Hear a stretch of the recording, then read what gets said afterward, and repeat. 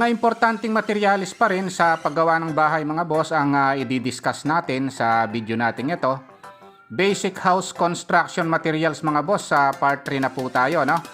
Kaya lang mga boss, kung bago pa lang kayo sa maliit pa lang nating channel, huwag nyo po sanang kalimutang pindutin muna pala, no, yung subscribe.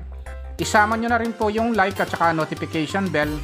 Okay, umpisahan na po natin yung topic natin. Ang unang materials na pag-uusapan natin mga boss, no, etong isang materials na ito ay isa lang sa mga halimbawa na ipinalit sa kahoy.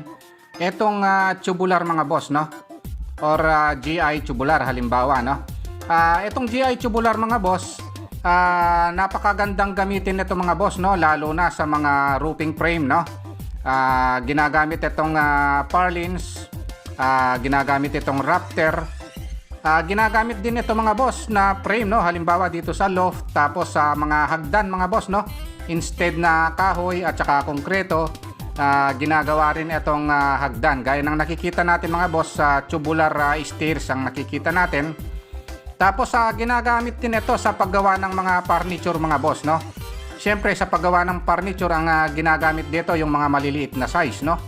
Merong mga size ito mga boss, halimbawa itong 1/2 inch by 1/2 inch, tapos 3/4 inch by 3/4 inch, 1 inch by 1 inch, 1 and 1/4 inch by 1 and 1/4 inch, 1.5 inch by 1.5 inch. Itong 2 by 2 inches, no, at saka 2 by 3 meron din, 2 by 4, 2 by 6, 4 by 4 inches meron din mga boss, no, at iba pang sukat mga boss na mas malalaki pa, no. Kaya itong tubular mga boss, isa sa pinakamagandang materialis na ngayon na lumabas sa market, no. Itong tubular mga boss, meron siyang commercial length, no, na 6 meters, no. 6 na metro ang haba niya na nabibili sa mga hardware mga boss. At itong tubular mga boss, meron siyang kapal, no, nagre-range siya sa 0.9 mm hanggang 2 mm yan, no. Tapos yung presyo niyan mga boss, nagre-range siya, no, sa ngayon, no, na 200 hanggang 2,500 pesos, no. Depende sa size ng tubular mga boss, depende rin sa haba, no.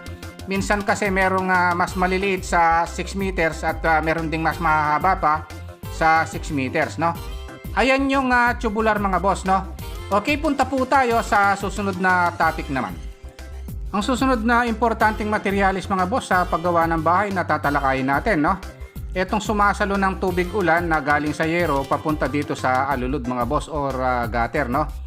Ayan yung isa sa importanteng materialis mga boss sa paggawa ng bahay, no. Kaya itong alulod na ito, gamit na gamit ito mga boss, no, sa paggawa ng bahay.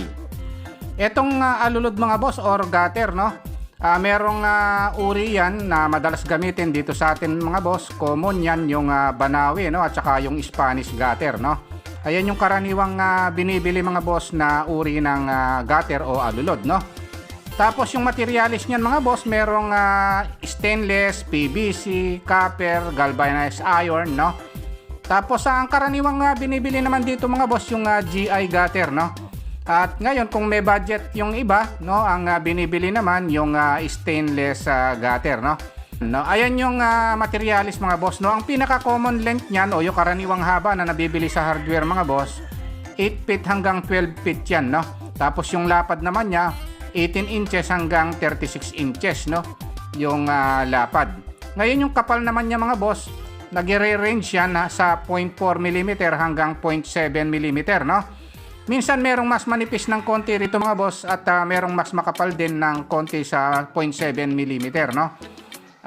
Ngayon ang presyo naman nito mga boss, siyempre depende ito sa uri ng gutter, tapos sa materials, no, na ginamit sa gutter mga boss.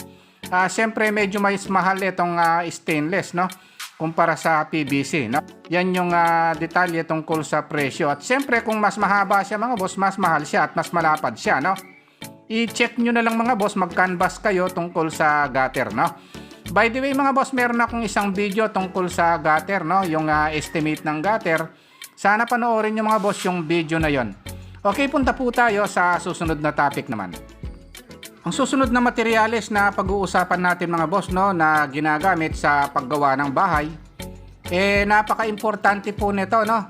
Ito pong nakikita natin ito yung roofing sheets o yero, no?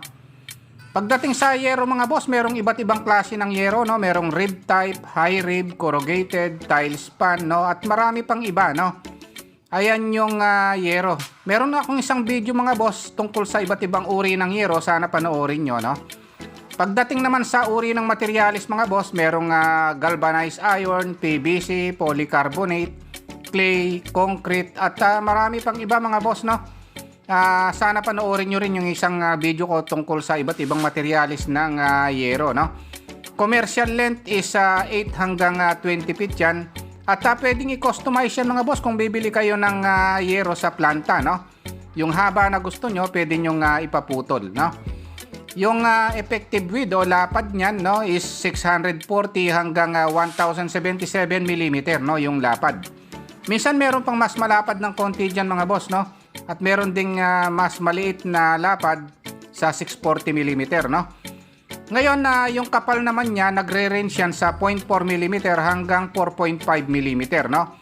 Minsan meron pang mas makapal mga boss, lalo na yung pangbubong nyo, yung mga konkreto o clay, no?